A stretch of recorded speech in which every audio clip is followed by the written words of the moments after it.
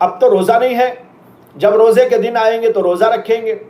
زکوٰۃ بھی عموماً لوگ رمضان میں دے چکے ہوتے ہیں، اس کا بھی ابھی مسئلہ نہیں ہے۔ حج وہ بھی گزر چکا ہے، وہ بھی مسئلہ نہیں ہے۔ اب رہ گیا تو نماز رہ گئی، اس لیے نمازوں کی پوری پابندی کریں۔ نماز کے علاوہ ہماری جو ہے ظاہری عبادات کے علاوہ جو باطنی عبادتیں ہیں، اخلاص ہونا چاہیے، للہیت ہونا چاہیے، خشوع خضوع ہونا چاہیے، نماز کے اندر ایسی نماز ہونا چاہیے، اور پھر اس کے ساتھ ساتھ یہ ہے خوف اور خشیت، تقوی و پرہیزگاری ہونا چاہیے۔ یہ چیزیں اپنے اندر پیدا کرنے کی فکر، اور پھر اس کے ساتھ حقوق العباد، ماں باپ کے ساتھ اچھا سلوک کرے۔ ہر آدمی اپنے ماں باپ کو پیار کی نگاہ سے دیکھے، عظمت کی نگاہ سے دیکھے، ان کی خدمت کو اپنے لیے باعث نجات سمجھے، اور ان کی خدمت کرنے کو اپنے لیے باعث ترقی سمجھے۔ دنیا کے اندر بھی ترقی ہے، آخرت کے اندر بھی اس کے لیے ترقی ہے۔ اسی طریقے پر رشتہ داروں کے ساتھ اچھا سلوک کرے، پڑوسیوں کے ساتھ اچھا سلوک کرے، بھائیوں اور رشتہ داروں کے ساتھ اچھا سلوک کرے، اور جس کا بھی جو حق ہے وہ حق پورے طور پر ادا کرے، اور کسی کو نقصان نہ پہنچائے، کسی کی عزت پر نقصان نہ، کسی کے مال پر نقصان نہ ہو، کسی کی آبرو اور عزت پر نقصان نہ ہو، کسی کی جان کو کوئی تکلیف نہ ہو، اس کا پورا اہتمام کرتے ہوئے زندگی گزارنے کی فکر شروع کر دے۔ بس آپ یہ فکر کے اندر لگ جائیں گے اور کوشش شروع کر ڈالیں گے، تو اس کوشش کے شروع کرتے ہی قرب ملنا بھی شروع ہو جائے گا۔ اللہ تبارک و تعالیٰ کی طرف سے یہ بتایا گیا ہے۔ ایک حدیث میں نے گزشتہ بھی آپ کو سنائی تھی، اس حدیث کے اندر آتا ہے کہ اللہ تبارک و تعالیٰ فرماتے ہیں کہ من تقرب الی شبرا تقربت الیہ ذراعا ومن تقرب الی ذراعا تقربت الیہ بان ومن اتانی یمشی اتیتہ ہرولۃ۔ اللہ تعالیٰ فرماتے ہیں کہ جو بندہ میری طرف آتا ہے ایک بالشت، میں اس کی طرف کھنچ جاتا ہوں ایک ہاتھ کے برابر، اور جب بندہ میری طرف آتا ہے ایک ہاتھ تو میں اس کی طرف چل پڑتا ہوں دو ہاتھ لپک کر، اور جب بندہ میری طرف چل کے آتا ہے، رینگ کے آتا ہے، میں اس کی طرف دوڑ کے جاتا ہوں۔ کتنی پیاری حدیث ہے۔ اس حدیث سے معلوم ہوتا ہے کہ جو ہی بندہ اللہ کے قرب کو پانے کی کوشش میں لگتا ہے، اللہ بھی اسے قبول کرنا شروع کر ڈالتے ہیں، اور اللہ کی طرف سے زیادہ اس کو آگے بڑھانے کی کوششیں ہوتی ہیں۔ اس لیے بڑی ہمت کے ساتھ اور دلچسپی کے ساتھ اس مضمون کو سن کر اپنے دلوں میں بٹھائیں، اور پھر اس کے بعد عمل شروع کر دیں۔ اللہ تبارک و تعالیٰ سے دعا کرتا ہوں کہ اللہ تعالیٰ مجھے بھی، آپ کو بھی، سب کو توفیق عطا فرمائے، اور جو کچھ سنایا گیا اس سے زیادہ عمل کی توفیق عطا فرمائے۔ وآخر دعوانا ان الحمد للہ رب العالمین۔ اللہم صلی علی سیدنا مولانا محمد وعلی آل سیدنا مولانا محمد وبارک وسلم۔ ربنا آتنا فی الدنیا حسنة وفی الآخرة حسنة وقنا عذاب النار۔ ربنا لا تزغ قلوبنا بعد إذ هديتنا وهب لنا من لدنك رحمة إنك أنت الوهاب۔ اے اللہ، جو کچھ سنایا گیا، جو کچھ سنا گیا، اس پر عمل کی توفیق عطا فرما۔ اے اللہ، ہمیں اپنے قرب کے درجات عطا فرما۔ اے اللہ، اپنی معرفت عطا فرما، اپنی محبت عطا فرما، خوف اور خشیت عطا فرما۔ اے اللہ، تقوی کی زندگی عطا فرما۔ اے اللہ، اپنے نبی علیہ السلام کی محبت والی زندگی عطا فرما۔ اے اللہ، اللہ کے نبی کی سنتوں والی زندگی عطا فرما۔